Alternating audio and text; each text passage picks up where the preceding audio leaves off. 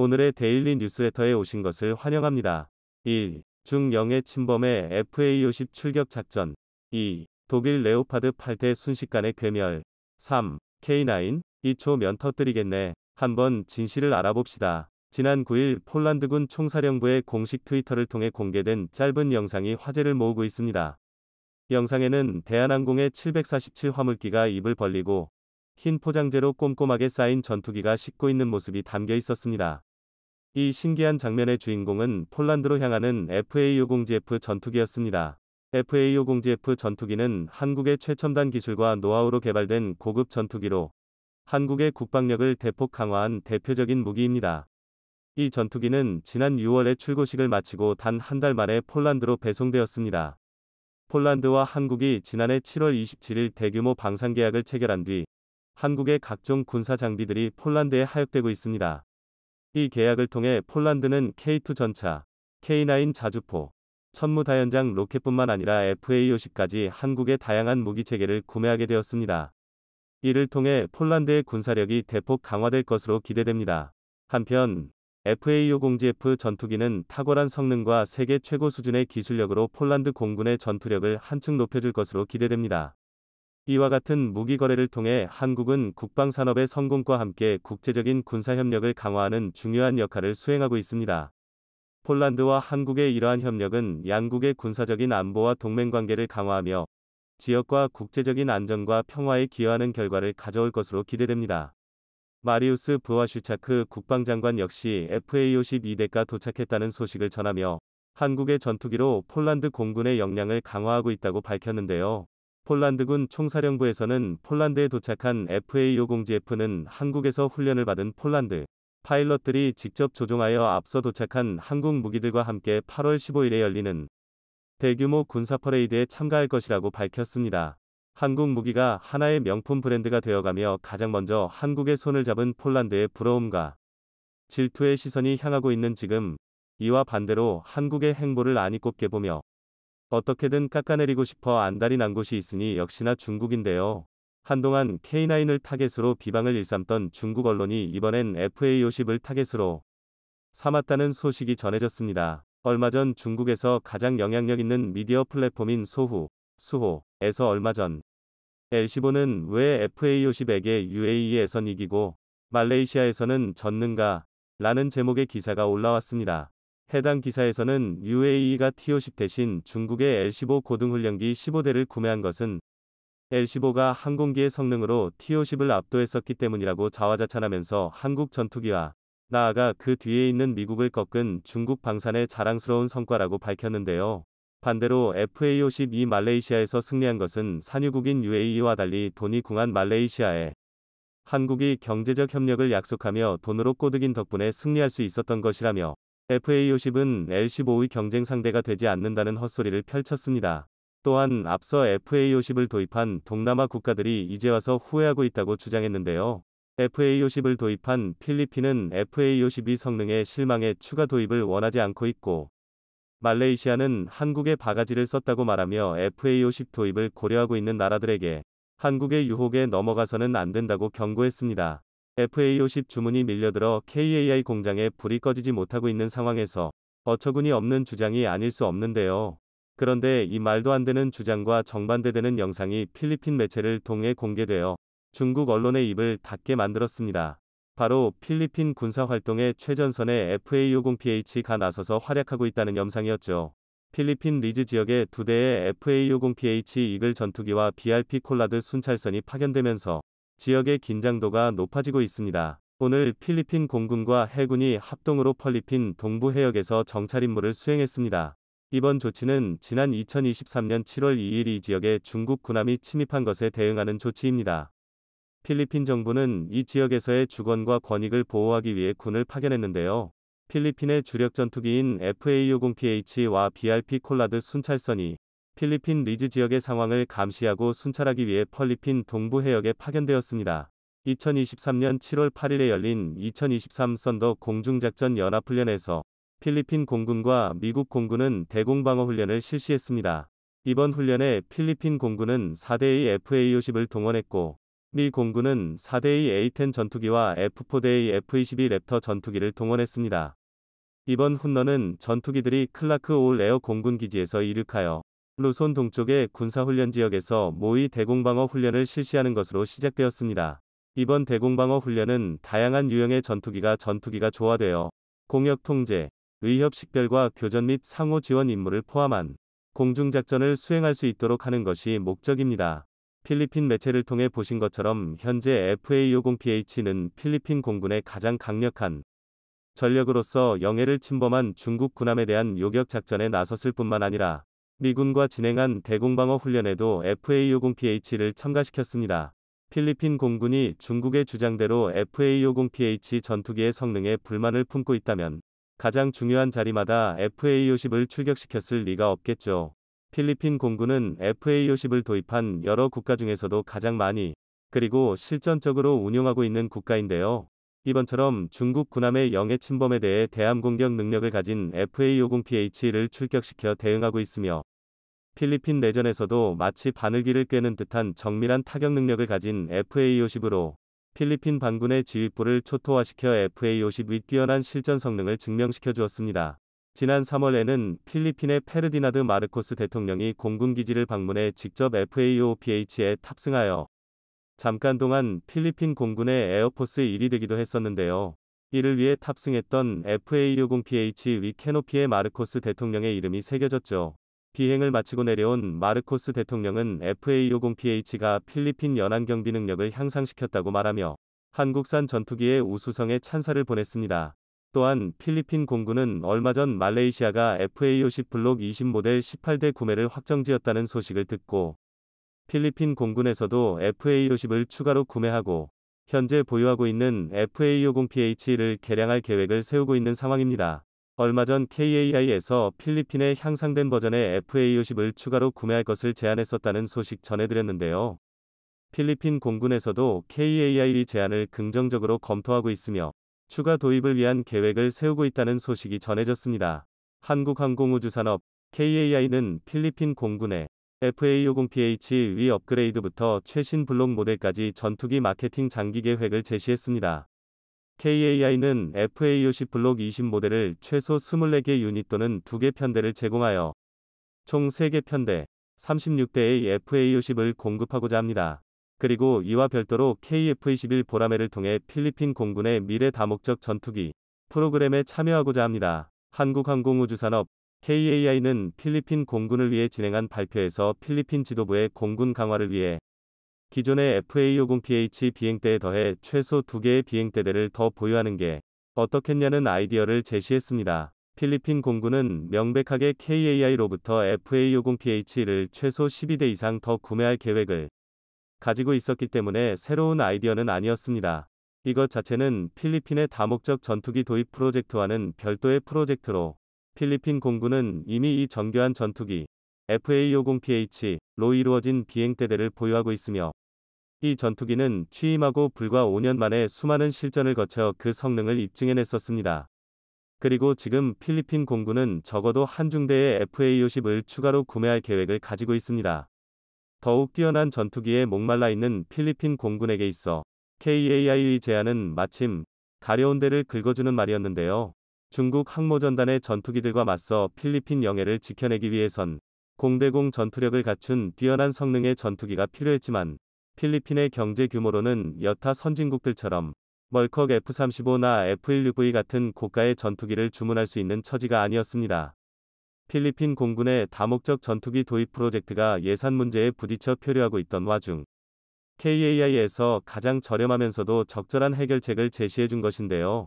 폴란드와 말레이시아에 수출될 예정인 FA-50 블락 20 모델은 AESA 레이더와 중거리 공대공 미사일 AIM-120 암람 미사일까지 탑재하여 더 이상 경전투기라고 부를 수 없는 작전 수행 능력을 갖추게 되었을 뿐만 아니라 가격과 운용 비용은 후보 기종들보다 훨씬 저렴하여 필리핀 공군의 운용비 부담을 덜어줄 수 있습니다.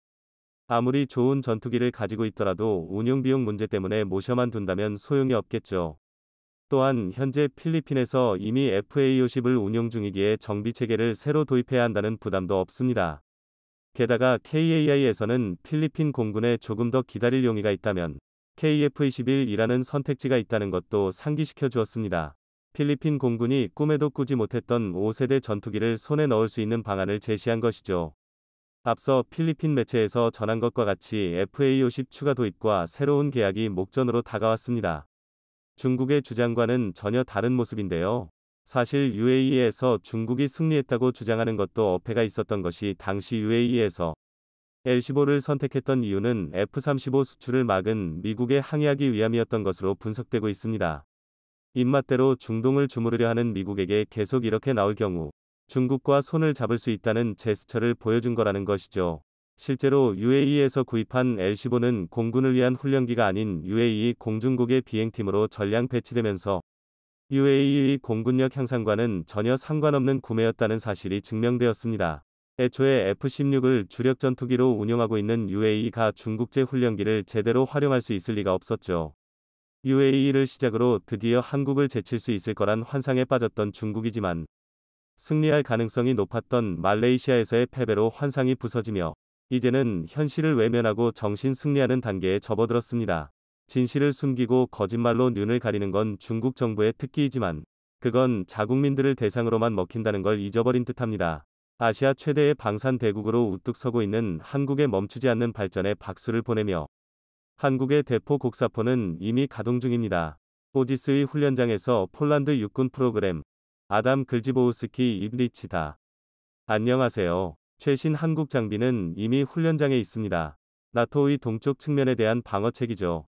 제6공 수여단의 조준선에 있는 토른에서 발포 테스트 중입니다. 제16 기계화 사단이 폴란드 묵동부를 보호하고 있습니다. 제1포병여단이 이미 가장 현대적인 한국산 K9 곡사포를 보유하고 있고 제20 기계화여단이 신형 한국산 K2 전차를 보유하고 있다는 것은 놀라운 일이 아닙니다. 폴란드 군대의 현대화가 지속되고 있다는 것은 분명합니다. 이곳은 폴란드 최초의 훈련장으로 우리 육군 K2 탱크의 최신 인수 직후 새로운 사격 훈련을 했습니다. 우리는 승무원의 결속력, 사격 통제 시스템 사용 방법, 한국 국방부는 이번 여름에 첫 번째 K2 탱크를 보냈습니다. 이미 12월에 그들은 이전에 한국에서 며칠 동안 훈련을 받았던 제1기계화 여단의 제20제1 바르토 시체 전함에 인도되었습니다. 다양한 기능과 새로운 기능이 많이 있습니다. 이 교육은 6주 동안 지속되었으므로 흡수해야 할 지식의 범위가 상당했습니다. 바토지스의 K2는 폴란드가 우크라이나에 보낸 오래된 탱크를 교체했습니다. 그리고 K2 전차는 군인들이 인정하듯이 관역을 명중했죠. 1500마력의 고압 엔진으로 구동되는 탱크입니다. 수압식 서스펜션이 있어 고르지 않은 지형에서 주행할 때 큰 편안함을 제공합니다. 대상 검색 및 제거 시스템은 여기에서 매우 효과적입니다. 매우 정확하고 추가 이점은 포신과 지휘관이 서로 독립적으로 해당 지역을 관찰할 수 있다는 것입니다. 지휘관이 표적을 감지하면 다포신이 다른 위치에서 그를 보고 있을 것입니다. 버튼을 누르면 사령관은 자신이 고정한 대상에 발포하여 제거할 수 있습니다. 이 탱크는 또한 우리가 물과 같은 장애물을 건너 극복할 수 있게 해줍니다. 바닥을 따라 운전하면 4m가 넘는 강을 넘을 수 있습니다. 연료가 떨어질 때까지 이 강이 바닥을 따라 이동할 수 있습니다. 동부 국경 너머의 전쟁으로 인해 군대 현대화 계획이 더욱 빨라졌습니다. 폴란드는 1000대의 K2 전차와 함께 한국의 FA-50 전투기 3개 편대와 K9 자주포 600대를 주문했습니다. 폴란드는 한국과 계약한 K2 전차와 K9 자주포를 빠르게 도입하자마자 실전 배치하며 실사격 장면을 홍보하듯 노출시켜 놀라운 위력을 과시하고 있습니다. 지난 20일 한국에서 K2 전차 7대가 폴란드에 도착하자 폴란드 매체 WP테크는 중요한 수송선이 그디나에 도착했다며 그들은 한국에서 온 갑옷을 입은 짐승들입니다. 라고 대서득필했습니다. 정말 폴란드에서는 K2 전차가 전장을 뒤흔들어 놓을 짐승과도 같다고 여기고 있습니다. 지난 24일 폴란드군이 폴란드 북동쪽 오르지스에서 K2 전차 실사격을 하는 장면이 몰라왔는데 훈련을 이끄는 지휘관으로 보이는 자가 한글이 적힌 포탄을 들고 있는 사진에 집중이 되었습니다. 이 포탄은 120mm 전차포용이라고 적혀 있었고 그 아래에 연습예광탄이라고 한글로 쓰여져 있었습니다. 이 사진을 보고 국내 네티즌들은 신기해하며 이영만리 이국에서 보는 국산 탄약 K2가 지평선 바라보면서 사격하는 거 처음 아니냐. 한글이 쓰니까 어색하네. 포탄에 토르 중사라고 써놓으로 알았네. 라고 신기해했습니다. 이렇게 면여 폴란드군의 훈련 장면이 등장하자 폴란드가 우리보다 훈련을 자주 하는 것 같다는 반응도 있었습니다. 그런데 지난 24일 국내에서도 육군 제1171 동사단 장병들이 경기 여주시 남한강 일대에서 도하 훈련을 벌였습니다.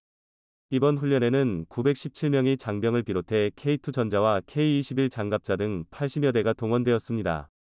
강습 및 부교 도하를 통해 하천을 극복하고 신속하게 기동하여 목표 지점을 확보하는 능력을 보여줬습니다. 지난 10일 미국과 폴란드, 사우디 등 주한 외교관 20여 명 앞에서 K방산의 시범이 있었는데 당시 K2 흑표전차가 물을 품으며 사격하는 놀라운 화력을 선보였다면 이번 훈련은 강을 넘으면서 작전하는 모습을 보여주며 놀라운 기동성을 과시했습니다. 폴란드에서는 러시아와의 국경에 K2 전차와 K9 자주포를 배치해 자신감을 나타내고 있는데 이를 만든 원산지 한국에서의 훈련 모습은 더욱더 신뢰감을 주고 있습니다. 이런 상황에서 지금 유럽에서는 새로운 분위기가 만들어지고 있습니다. 그동안 경제와 환경 등의 문제에만 집중하던 유럽 국가들이 러시아가 전쟁을 벌이면서 등한시해오던 국방 문제가 가장 큰 화두가 되고 있습니다. 특히 한때 전차군단 이라 물리고 유럽에서 무기 생산에서는 단연 1위였던 독일은 냉전 후 군비를 축소하면서 2019년 주요 무기 중 실전 동원이 가능한 비율이 40%밖에 되지 않았습니다. 이 때문에 나토 회원국들은 독일군의 군비 태세에 좌절하고 있다는 말까지 나왔습니다. 한때 독일은 소련군과 바르샤바 조약군이 서방을 침공할 경우 서독을 거쳐야만 했기에 서방 세계의 든든한 보루였지만 이제는 아무런 힘을 쓰지 못하는 국가가 된 것입니다. 군사 전문가들은 독일은 가까운 미래에 세계대전과 같은 대규모 전쟁이 일어나지 않을 것이라 판단하며 군비를 줄여 자국의 안보를 미국이나 나토에 기대며 도덕적 해이를 보였다고 비판했습니다. 하지만 러시아가 우크라이나를 침공하고 독일을 비롯한 나토 국가들에게 큰 위협이 되자 독일은 급기야 지난해 군비를 증강하겠다고 선언했습니다. 그런데 지난 4월 미군 기밀문건 유출 당시 독일 육군참모총장의 군비 증강 문제에 대한 중요한 보고서가 유출되었습니다. 해당 보고서에는 독일이 우크라이나 전쟁에 대응해 군비를 증강하기로 했던 나토와의 약속을 이행하기 어렵다는 내용이 담겼습니다. 독일은 2025년까지 전투 준비가 완료된 기계화 사단을 배치하기로 나토와 약속했는데 병력 부족 및 군사 장비 문제 등으로 이를 시행할 수 없다고 내다본 것입니다. 이것은 지금 한국산 무기로 러시아 전방에 바로 배치한 폴란드군과 비교되고 있습니다. 이 때문에 이제 과거 독일의 자리를 폴란드가 완벽하게 해낼 것이라는 말이 나오고 있습니다. 여기서 중요한 것은 폴란드가 도입한 한국의 K2 전차, K9 자주포가 러시아에 대항하는 저지선에서 가장 중요한 역할을 할 것이라는 것입니다. 독일은 냉전 종식 후 군비를 줄이는 과정에서 레오파르트 2를 처분해야 했고 이를 유럽의 국가들에게 중고로 싸게 넘기면서 특별한 검증 없이 나토 표준 전차가 되었습니다. 미국 에이브럼스 전자와 영국 챌린저 전차는 여러 차례 개량을 거쳐 초기 모델과는 완전히 다른 전차로 진화했지만 레오파르트 2는 1980년대 나온 것과 달라진 게 없었습니다. 독일은 뒤늦게 2010년에 A7 모델을 출시했지만 이를 구입한 나라는 거의 없었습니다. 레오파르트 2 전차는 실전 경험이 별로 없었지만 지난 2016년 시리아 북부 침공 당시 무기력한 모습을 보여줬습니다. 당시 뒤르키예 육군은 처음에 미 구형 패든 전차를 투입했다가 큰 피해를 입고 밀리자 자국군 최정예 전차인 레오파르트 2A사를 투입했습니다. 상대 측은 대전차 무기를 실은 픽업 트럭으로 맞섰는데 몇 시간 만에 레오파르트 8대가 격파되고 이 대는 상대에게 빼앗겼습니다. 이 중에 레오파르트 2전차 5대는 마치 옛 소련제 전차처럼 포탑이 찢긴 채 날아가 버렸고 나머지 3대도 대전차 로켓 한두 발에 시꺼먼게 타버렸습니다. 이것은 픽업 트럭에서 쉽게 격파당한 레오파르트 2의 속도가 얼마나 느리고 방어력이 약한지를 실전에서 제대로 보여줬습니다. 문제는 레오파르트 2H도 개량을 했다지만 당시 저자막에 당한 자재와 같다는 것입니다. 지난 1월 포린폴리시는 지금 유럽 국가들은 러시아 위협에 맞서는데 계속 독일 전자에 의존할 수 있을지 의문을 품고 대안을 찾고 있다고 했습니다. 몇 년 전 독일은 자신들이 주도하는 유럽 공동전차 개발 계획에서 폴란드를 배제했습니다. 이에 폴란드는 한국과 손을 잡고 K2 전차를 생산해 유럽 전자시장을 장악하겠다는 구상을 했습니다. 한국의 K2 전차는 놀라운 기동성과 최첨단의 성능을 가질 뿐만 아니라 뛰어난 생산력과 가성비까지 지니고 있어 독일산 전차를 완벽하게 대체할 수 있다는 것이었습니다. 결국 이러한 폴란드의 구상이 한국과 손을 잡자 현실로 이뤄지고 있습니다.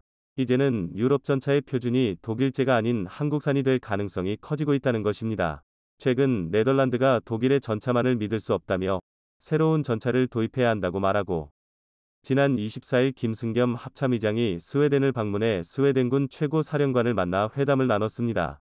이렇게 많은 유럽국들이 이제는 한국을 바라보고 있습니다.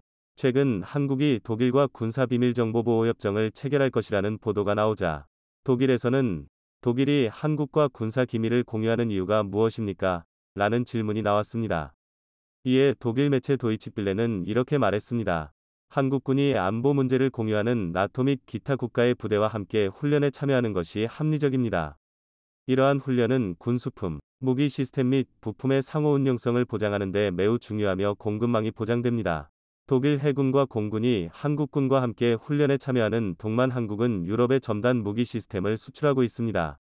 지난해 한국은 폴란드와 150억 유로, 162억 달러 규모로 추정되는 대규모 방위협정을 체결했습니다. 여기에는 약 1.000대의 K2 주력 전투 탱크, 648대의 자주포 및 48대의 FA-50 전투기 판매가 포함됩니다. 폴란드가 나토 회원국이기 때문에 독일군이 언젠가는 한국 장비로 맞서게 될 훈련에 참가할 것이라는 의미입니다.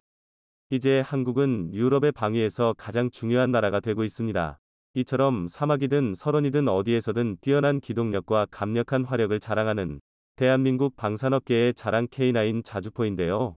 그런데 이 K9, 이 괴상한 몰골이 된 채로 호주의 한 사막에서 찍힌 사진이 인터넷에 올라와 사람들의 이목을 집중시켰습니다. 자주포의 핵심이라 할 수 있는 주포는 어딘가로 사라져버렸고, 차체 양옆에는 이상한 구조물이 달려있고 정체 모를 튜브와 연결되어 있었는데요. 도대체 무엇 하려고 멀쩡한 K9을 이렇게 만든 것인지 지금부터 자세히 알아보겠습니다. 사진에 나온 K9은 정확히 말하면 우리가 흔히 아는 오리지널 K9 이한인 호주 현지 환경에 맞는 사양으로 만든 AS9인데요. 그렇다 해도 자주포, 아니 모든 병기의 핵심인 주포도 안 달려있다는 게 괴상한 건 변함없는 사실이죠. 이는 해당 AS901 폭발 테스트, 즉 실전에 사용할 게 아니고 성능 시험 차원에서 일부러 터뜨리기 위한 거라포를 닫아야 될 이유가 없었기 때문입니다. 차체에 달린 구조물들도 폭발 테스트를 위해 달아둔 건데요. 한 문당 40억 정도 하는 귀한 물건을 포 한 번 쏘지도 않고 날리는 건 개발사 하나에어로스페이스가 호주 육군과 AS9 및 그 탄약 보급차인 AS10 계약 당시 PMF 프로그램, 즉 최첨단 보호 솔루션을 포함했기 때문인데요. 쉽게 말해 AS9이 적의 공격을 받았을 때에도 일정 수준 이상은 버틸 수 있게 만들고, 그걸 실제 테스트 등을 동해 입증해야 한다는 겁니다. 호주의 사막에서 진행된 테스트는 그 일환인 셈이죠. 폭발 테스트는 이스라엘의 방호 전문 업체 플라산의 도움을 받아 진행되었습니다. 자국 자주포들을 대상으로 한 폭발 테스트를 여러 차례 진행한 적이 있는 플라산은 작년에 K9에 장착되는 안전벨트의 폭발 테스트를 진행하는 등 한화와도 연이 있는 회사. K9과 관련해 이미 테스트를 진행해본 플라산은 한화에 있어서 최적의 파트너인 셈인데요. 세계 방산업계가 주목하는 히트 상품 K9이 호주 진출과 연결된 만큼 이스라엘 군사 관련 매체들에서도 해당 테스트에 대해 소개하는 등 많은 관심을 보였습니다. 플라산 측은 AS9과 AS10을 대상으로 지뢰 등을 활용해 어느 정도 수준의 폭발까지 견딜 수 있는지 시험했는데요. AS9 및 AS10 폭발 테스트는 비공개로 진행되었기에 아쉽게도 실제 테스트 영상을 보여드릴 수 없지만, 폭발 테스트가 어떤 식으로 진행되는지는 이 영상을 보시면 아실 수 있습니다. 영상에 나온 테스트에서는 TNT 6kg을 터뜨렸는데 범퍼가 떨어져 나가고 본네트는 하늘 위로 날아가는 등 아수라장이 되었는데요. 그럼에도 해당 부물들을 제외하면 차체 자체는 의외로 멀쩡한 걸 자욱하게 깔린 연기 사이로도 확인하실 수 있을 겁니다. 차량 내부 모습도 나오는데 좌석이 폭발로 흔들리기는 하지만 안전벨트를 맨 마네킹은 최소한 육안상으로는 큰 손상이 없는데요. 전체적으로 보면 앞바퀴가 손상돼 차량 앞부분이 내려앉은 것 빼고는 내부든 외부든 심각한 피해는 없습니다. 즉 폭탄수 킬로그램이 한꺼번에 터져도 피해가 이 정도 선에서 끝나야 합격점을 받을 수 있다는 건데요. 플라산이 진행한 폭발 테스트는 이 영상에서 나온 것보다 훨씬 고강도로 진행되었던 것으로 전해집니다. 결론부터 말하면 플라산 측은 AS9과 AS10에 유의미한 피해를 주는데 실패. 다시 말해 폭발 테스트는 성공적으로 마무리되었습니다. 이에 이스라엘을 비롯해 각국의 방산 관련 매체들은 놀랍다는 반응을 보였는데요. 팔레스타인 문제나 주변 국가들과의 갈등 등으로 인해 언제든지 실전에 투입될 수 있어야 하는 이스라엘군의 병기들을 테스트하는 업체인 플라사는 대상을 거의 폐차시킬 작정으로 폭발 테스트를 실시하는 것으로 유명합니다. 테스트에서 그 정도는 버틸 수 있어야 뭐가 어디에서 어떻게 터질지 모르는 실제 전장에서 버티거나 차량은 못 버티더라도 탐승자의 목숨은 부지할 수 있어서인데요. 그런 플라산의 테스트를 받고도 특기할 피해가 없었다고 하니 놀라울 만도 합니다. 해당 폭발 테스트에 대해 보도한 이스라엘 매체 이스라엘 디펜스가 테스트 성공의 요인으로 든 것은 AS9의 지뢰 방호 시스템, 한화에어로스페이스 호주 지사도 구형 기종에 비해 향상된 방호물이 차량 설계에 포함되어 있다며 AS9의 뛰어난 방호력을 강조했습니다. 이스라엘 디펜스는 이번 테스트 성공으로 AS9 헌츠맨은 개발 과정에 있어 중요한 동과점을 지나게 되었다고 했습니다. 실전 상황에서 적의 공격에도 버틸 수 있다는 것이 입증되었으니 그렇게 말할 만한데요. 앞으로 남아있는 다른 여러 테스트도 무사히 통과된다면 호주 육군과의 계약대로 총 1조 원 규모에 달하는 AS9 30문과 AS10 15대를 인도하게 됩니다. 또한 멜버튼에서 60km 떨어진 질롱에 약 9,600평 규모의 최신 전투차량 공장도 짓고 여기에서 AS9 등을 양산할 계획입니다. 이처럼 호주에서 진행된 AS9 폭발 테스트로 K9 이 화력뿐 아니라 방호력까지 뛰어나다는 게 입증되었으니 세계 각국의 K9에 대한 관심은 더욱 뜨거워지고 있는데요. 이에 발맞춰 K9 성능 개량 사업도 가속화되고 있습니다. 이달 내로 1차 성능 개량형인 K9A1의 뒤를 이을 2차 성능 개량형 K9A2의 체계 개발 기본 계획 수립을 위한 문과위원회를 개최한다고 방위사업청이 전했습니다. 우리 군에 배치된 기존 K9을 K9A1으로 전환하는 작업이 현재도 진행 중인 걸 생각하면 꽤 빠른 속도인데요. 문과위원회 개최 뒤 3분기 방위사업추진위원회에서 K9A2 기본계획을 확정해 이미 작년에 한화에서 공개한 K9A2 시제품을 보면 K9A1과 비교해 여러 부문이 개선되었음을 알 수 있는데 가장 큰 차이는 포탄 자동 장전 장치. 말 그대로 포탄 장전 과정이 자동화되어 K9A1은 문당 최대 6발을 발사할 수 있었던 발사 속도가 K9A2에서는 문당 최대 9발까지 발사할 수 있게 됩니다. 이에 따라 동시간 내 포격할 수 있는 양이 많아져 화력이 약 30%부터 40% 강화될 것으로 기대됩니다. 또한 장전이 자동화돼 기존과 달리 장전을 위한 인원이 없어도 돼 필요 승무원이 5명에서 3명으로 줄어들렸는데요. 이는 저출생으로 인해 가용 병력이 줄어들고 있는 국내 사정을 생각하면 큰 장점이 될 수 있습니다. 저출생은 우리뿐 아니라 다른 상당수의 선진국도 함께 겪고 있는 문제라 캐서린 레이퍼 주한 호주 대사도 외교사절 대상 무기 홍보 행사에서 K9이 필수 탐승 인원이 줄어든다는 소식을 반겼다고 합니다. 이는 당연히 호주의 다른 국가들에도 충분히 어필할 수 있는 장점입니다. 실제로 K9이 수출된 대표적인 유럽 국가인 노르웨이 외에 다른 유럽 국가들도 K9에 눈독을 들이고 있는데요. 개중에는 신제품이 완성될 때까지 기다리기엔 시간이 아까우니 중고라도 괜찮다며 사간 나라들도 있다고 합니다. 노르웨이의 이웃 나라인 핀란드와 발트의 연안 국가로 스칸디나비아와 가까운 에스토니아가 대표적인데요.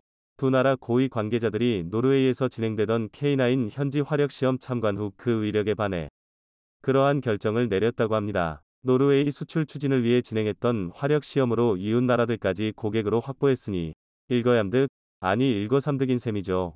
당시 한화 측은 노르웨이나 기존의 수출이 확정된 나라들에 넘길 물량만 고려하고 있었기에 두 나라 관계자들에게 신제품 제조에 시간이 걸리니 중고라도 사겠냐고 제안했는데 그걸 받아들인 겁니다. 어찌나 마음에 들었는지 핀란드는 원래 한화가 목표로 했던 노르웨이보다도 9달이나 먼저 구매 계약을 체결했고 수량도 노르웨이 첫 계약 당시 28대, 위 3배하고도 더 많은 96대를 사들였는데요. 이미 만들어둔 중고란 걸 생각해도 꽤 큰 규모니 핀란드 측이 K9의 성능을 얼마나 신뢰한 건지 말해준다 할 수 있습니다. 에스토니아는 아예 군 고위 관계자가 직접 방안에 K9을 운영하는 부대를 찾아가 확인하기까지 했는데요. 당시 부대 책임자는 자대에 배치된 지 얼마 지나지 않은 이등병에게 K9을 운용해보라고 지시했다고 합니다. 천지문간도 제대로 할지 의문인 이등병에게 그런 중대한 자리에서 이런 임무를 맡긴다는 것 자체가 아주 대담한 지시고 장병 본인에게도 큰 부담이 되었을 텐데요. 그런데도 해당 병사는 아무 문제 없이 K9을 조종했다고 합니다. 그 모습을 본 에스토니아 측 관계자는 고성능이면서 신병도 제대로 교육만 받으면 조작이 가능한 범용성까지 갖췄다는 점에 더욱 반했답니다. 그것만으로도 충분히 대단하지만 핀란드와 에스토니아가 K9에 반한 가장 큰 이유는 역시 병기로서의 위력, 특히 그 중에서도 정확성 때문인데요. 자주포를 비롯한 대부분의 포는 사거리가 길어지면 정확도가 상대적으로 떨어지기 마련입니다. 하지만 K9은 사거리가 40km로 길면서도 목표 지점으로부터의 오차는 반경 50m 안팎. 보통 파편이 50m까지 날아갈 수 있으니 사실상 목표만 제대로 잡으면 어떤 형태로든 거의 100% 가까이 타격을 줄 수 있는 셈입니다. 노르웨이에서 실시했던 화력 시험 때도 40km 떨어진 표적을 정확히 맞췄는데요. 그 모습을 직접 보고도 관심을 안 갖는다면 그거야말로 이상할 겁니다. 그런 정확성을 높이 4작년에 K9 수입을 결정한 이집트는 일반적인 자주포의 용도와는 다른 목적으로 활용할 계획인데요.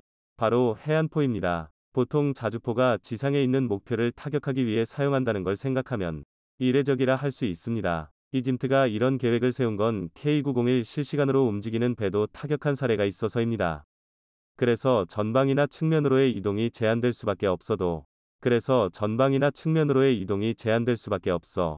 이렇듯 어느 환경에서 어떤 용도로 활용해도 일정 수준 이상의 성과는 낼 수 있는 범용성이 K9 이 세계적인 히트 상품이 될 수 있었던 비결이 아닌가 싶습니다. 지금까지 보여드린 여러 사례들과 성능 향상을 위한 꾸준한 노력 덕에 K9은 이미 세계 자주포 수출 시장 점유율을 절반 넘게 차지하고 있는데요. 이미 예정된 계약 물량들의 수출만 원활히 진행돼도 수출 시장 점유율 70%도 충분히 달성할 수 있을 거라는 전망이 관련 해외 기관 및 전문가들로부터 나오고 있습니다. 현재 계약된 분량만 갖고 나온 전망이니 향후 수출 계약을 체결하는 국가들이 더 늘어나면 실제 점유율은 이보다도 더 커질 가능성이 충분히 있는데요. 작년부터 추진 중인 영국 차세대 자주포 사업 참여나 미국 시장 진출이 현실화된다면 달성할 수 있는 목표입니다. K9이 앞으로도 계속 대한민국 방산업을 대표하는 히트 상품으로 자리매김할 수 있기를 기원합니다.